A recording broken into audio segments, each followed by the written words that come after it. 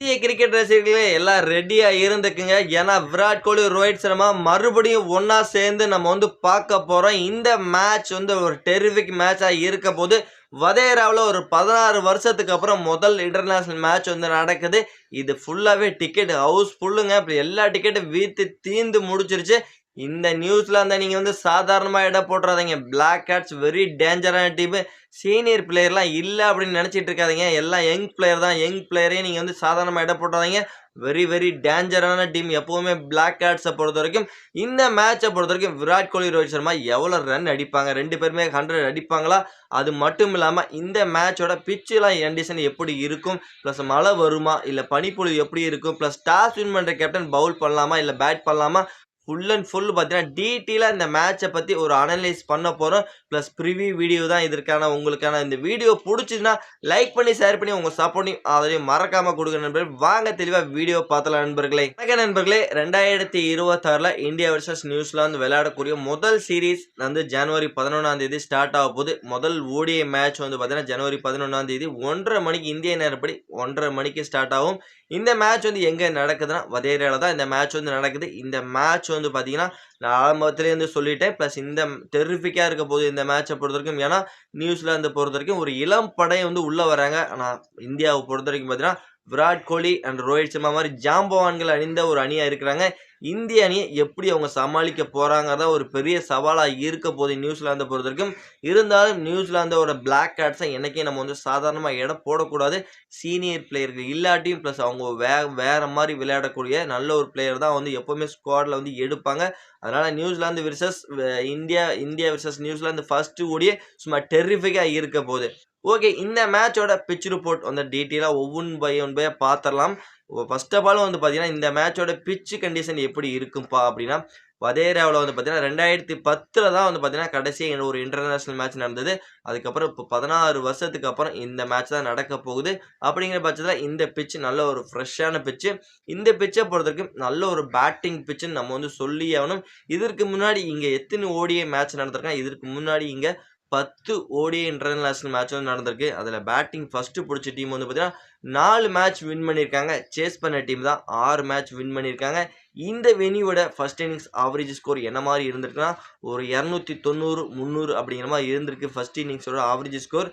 அதனால செம்மையான ஒரு பேட்டிங் விக்கெட்டு. இங்கே டாஸ் வின் பண்ணால் கம்பல்சரி சேஸ் தான் எடுக்கணும் அப்படிங்கிறது எல்லாத்துக்குமே தெரிஞ்ச விஷயம். ஏன்னா அப்படின்னா இப்போ இருக்க கண்டிஷனில் இந்தியாவில் பார்த்தீங்கன்னா பனிப்பொழிவு அதிகமாக பொழிஞ்சிட்டு இருக்கு. அப்படின்னால ஃபர்ஸ்ட்டு நீங்கள் டாஸ் வின் பண்ணி பவுல் பண்ணிக்கணும். சேஸ் பண்ணுறது பெட்ரு. ஏன்னா செகண்ட் இன்னிங்ஸில் உங்களால் பவுல் பண்ணுறது ரொம்ப ரொம்ப கஷ்டமாக இருக்கும். பால் கிரிப்பு கிடைக்காது. பவுலர்கள் ரொம்ப கஷ்டப்படுவாங்க. எவ்வளோ ரன் அடித்தாலும் 300, 400 ரன் அடித்தாலும் சேஸ் பண்ணிட்டு போயிட்டே இருப்பாங்க. அதனால் பார்த்தீங்கன்னா நீங்கள் ஃபஸ்ட்டு நீங்கள் டாஸ் வின் பண்ணால் எப்போவும் சூஸ் பண்ண வேண்டியது இந்த வெனியை பொறுத்த வரைக்கும் நாங்கள் ஃபஸ்ட்டு பவுல் பண்ணுறப்ப ஒரு டிசிஷன் எடுத்துடணும். அதுதான் பெட்ரு. ஓகே ஃப்ரெண்ட்ஸ், பிட்ச் ரிப்போர்ட்டை பற்றி ஆல்மோஸ்ட் ஓரளவுக்கு சொல்லிட்டேன்னு நினைக்கிறேன். இந்த பிட்ச் நல்ல ஒரு பேட்டிங் பிட்ச்சு. ஆரம்பத்தில் நல்ல ஸ்விங் கிடைக்கும். போக போக பேட்டர்களும் சும்மா மாசு காமிப்பாங்க.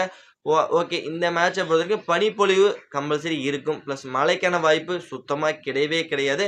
அது மட்டும் இல்லாமல் 2 டீமோட ஸ்ட்ராங் அண்ட் வீக்னஸ்னு இருக்கும்ல. 2 டீமுக்கும் ஒரு ஸ்ட்ராங் இருக்கும், ஒரு வீக்னஸ் இருக்கும். அப்படி பார்த்தீங்கன்னா இந்தியாவோட ஸ்ட்ராங் அப்படின்னு பகுதி அப்படின்னு பார்த்தீங்கன்னா விராட் கோலி, ரோஹித் சர்மா 2 பேருமே சச்ச ஃபார்ம்ல இருக்காங்க. இவங்க வேற மாதிரி விளையாண்டுட்டு இருக்காங்க. ஓடிஐ கிரிக்கெட்ல இந்தியா இன்டர்நேஷனல் மேட்ச்ல மட்டும் சரியான ஒரு பர்ஃபார்மன்ஸ் இவங்க வெளிப்படுத்தலைங்க. டொமஸ்டிக் மேட்சஸ்லையும் பார்த்தீங்கன்னா இப்போ விஜயஹசாரே டிராஃபிலையும் சும்மா வெளுத்து கட்டினாங்க. அந்த மாதிரி ஒரு செம்மையான ஒரு ஃபார்மில் இருக்க பிளேயர் ஸ்ரேயஸ் ஐயர் மாதிரி ஒரு மறுபடியும் இன்ஜுரியிலேருந்து கம்பேக் பண்ணி இவர் வேற சும்மா மாசு காமிச்சிட்டு இருக்காரு. இந்த மாதிரி தரம் வாய்ந்த பிளேயர்கள் இந்தியன் டீமில் இருக்கிறாங்க.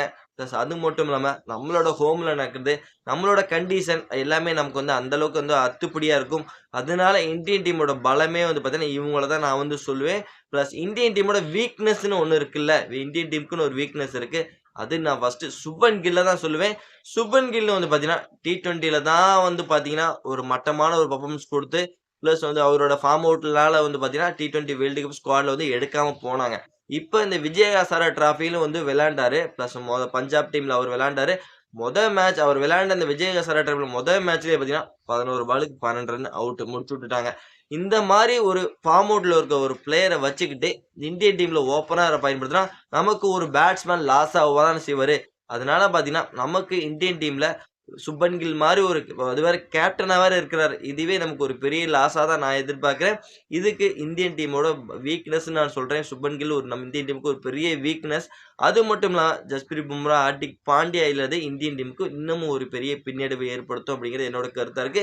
நியூசிலாந்து டீமோட பலம் அப்படின்னு வந்து பார்த்தீங்கன்னா, அவங்க இப்போ வந்து ஒரு இளம் படையோட தான் உள்ள என்ட்ரி குடுத்துருக்காங்க. பிளஸ் அவங்க எப்பவுமே வந்து பார்த்தீங்கன்னா, பிளாக் கேட்ஸ் ஒரு சைலன்ட் அணின்னு தான் சொல்லுவேன். பிளஸ் சாதாரணமா தான் இருப்பாங்க. அவங்கள பார்த்தீங்கன்னா, ஒரு பெரிய அணி மாரியே தெரியாது. ஆனா, ஆப்போனன்ட் டீம் வந்து பார்த்தீங்கன்னா, சைலன்ட்டா வேலைய முடிச்சுட்டு போயிருவாங்க. பிளஸ் அவங்கள்ட்ட இருக்க அந்த பிளேயர்ஸ் எல்லாமே பார்த்தீங்கன்னா, சச் அ டேலண்டான ஒரு பிளேயர் தான் வந்து பார்த்தீங்கன்னா, எப்பவுமே நியூசிலாந்து வந்து ஸ்குவாட்ல எடுப்பாங்க. நியூசிலாந்து ஒரு சின்ன நாடு அப்படிங்கிறனால, ஒவ்வொரு பிளேயரும் சச்ச பொறுக்கி பொறுக்கி எடுத்து வந்து உள்ள வச்சிருப்பாங்க. அப்படிப்பட்ட நியூசிலாந்து டீம அடிக்கிறது சாதாரண விஷயம் கிடையாது. நியூசிலாந்து ஒரு இளம் படையா உள்ள என்ட்ரி குடுத்தாலும், பிளஸ் அவங்க ஒரு டேஞ்சரான அணின்னு தான் நான் வந்து சொல்லுவேன். பிளஸ் அவங்களோட வீக்னஸ் நீங்க எடுத்து பார்த்தீங்கன்னா, பிளஸ் அவங்கள்ட்ட கொஞ்சம் சீனியர் பிளேயர்லாம் வந்து பார்த்தீங்கன்னா, இப்போ வந்து விளையாடுறதில்ல. பிளஸ் சீனியர் பிளேயர் எல்லாமே டிராப் பண்ணிட்டு தான் ஒரு இளம் வந்து அணிய வந்து இறக்கியிருக்காங்க. பிளஸ் அது எந்த அளவுக்கு வந்து பார்த்தீங்கன்னா, அவங்களுக்கு ஒரு இது குடுக்க போகுது. ஏன்னா, இந்தியா மாரி ஒரு கண்டிஷன்ல சீனியர் பிளேயர் இல்லாதது. பிளஸ் அவங்க எப்படி இந்த கண்டிஷன அடாப்ட் பண்ணி விளையாட போறாங்க. பிளஸ் விராட் கோலி, ரோஹித் சர்மா மாரி ஒரு லெஜெண்டுக்கு எப்படி வந்து பவுல் பண்ண போறாங்க. பிளஸ் அதுதான் ஒரு பெரிய சவாலா இருக்க போது. அதுதான் அவங்களோட பலவீனம் அப்படின்னு நான் வந்து சொல்லுவேன். இது மட்டும் முடியலங்க. இதோட வந்து முடியல. இந்தியா வெர்சஸ் நியூசிலாந்து இந்த தொடர்ல முதல் ஓடிஐ மேட்சஸ்ல விராட் கோலி வந்து சச்சினோட சாதனையை ரெக்கார்ட் பண்ண போறதா ஒரு தகவல் கிடைச்சிருக்கு. அப்படி என்ன அப்டேட் அப்படின்னா, சச்சின் தான் வந்து பார்த்தீங்கன்னா, நியூசிலாந்துக்கு எதிரா வந்து பார்த்தா மோஸ்ட் ஆஃப் த ரன் அடிச்சிருக்காரு. நியூசிலாந்துக்கு அணிக்கு எதிரா. பிளஸ் அந்த ரெக்கார்ட வந்து விராட் கோலி அடிக்கணும். இன்னும் ஒரு 90 ரன்னுக்கு மேல அடிச்சாருன்னா, பிளஸ் அந்த ரெக்கார்டை இவரு வந்து உடைக்கிறதுக்கான வாய்ப்பு அதிகமா இருக்கு அப்படிங்கிற மாதிரி சொல்லியிருக்காங்க. அது மட்டும் இல்லாமங்க, நியூசிலாந்து இதுவரைக்கும் இந்தியாவுல வந்து ஒரு ஓடிஐ சீரிஸ் கூட வந்து வின் பண்ணதே கிடையாது. அந்த அந்த ஒரு வரலாற வந்து இந்தியா தக்க வைப்பாங்களா? இல்ல அந்த வரலாற உடைச்சு நியூசிலாந்து இந்த ஓடிஐ சீரிஸ வந்து தட்டி தூக்கிட்டு போவாங்களா? அது மட்டும் இல்லாமல் இந்த ஃபர்ஸ்ட் ஓடிஐ மேட்சஸ்ல விராட் கோலி, ரோஹித் சர்மா அவங்களோட 100 வந்து பதிவு பண்ணுவாங்களா? இந்த மேட்ச் ஒரு டெரிஃபிக்கா இருக்குமா? விராட் கோலி 100 எடுப்பாரா? ரோஹித் சர்மா 100 எடுப்பாரா? இந்த மேட்ச் யார் ஜெயிக்க போறாங்க? அப்படிங்கிற எல்லா கேள்விக்கெல்லாம் பதில் வந்து பார்த்தீங்கன்னா, நீங்க தாங்க சொல்லணும். இந்த மேட்ச்ல விராட் கோலி, ரோஹித் சர்மா 100 அடிப்பாங்களா? இந்த மேட்ச் இந்தியா ஜெயிக்குமா? இல்ல நியூசிலாந்து ஜெயிக்குமா?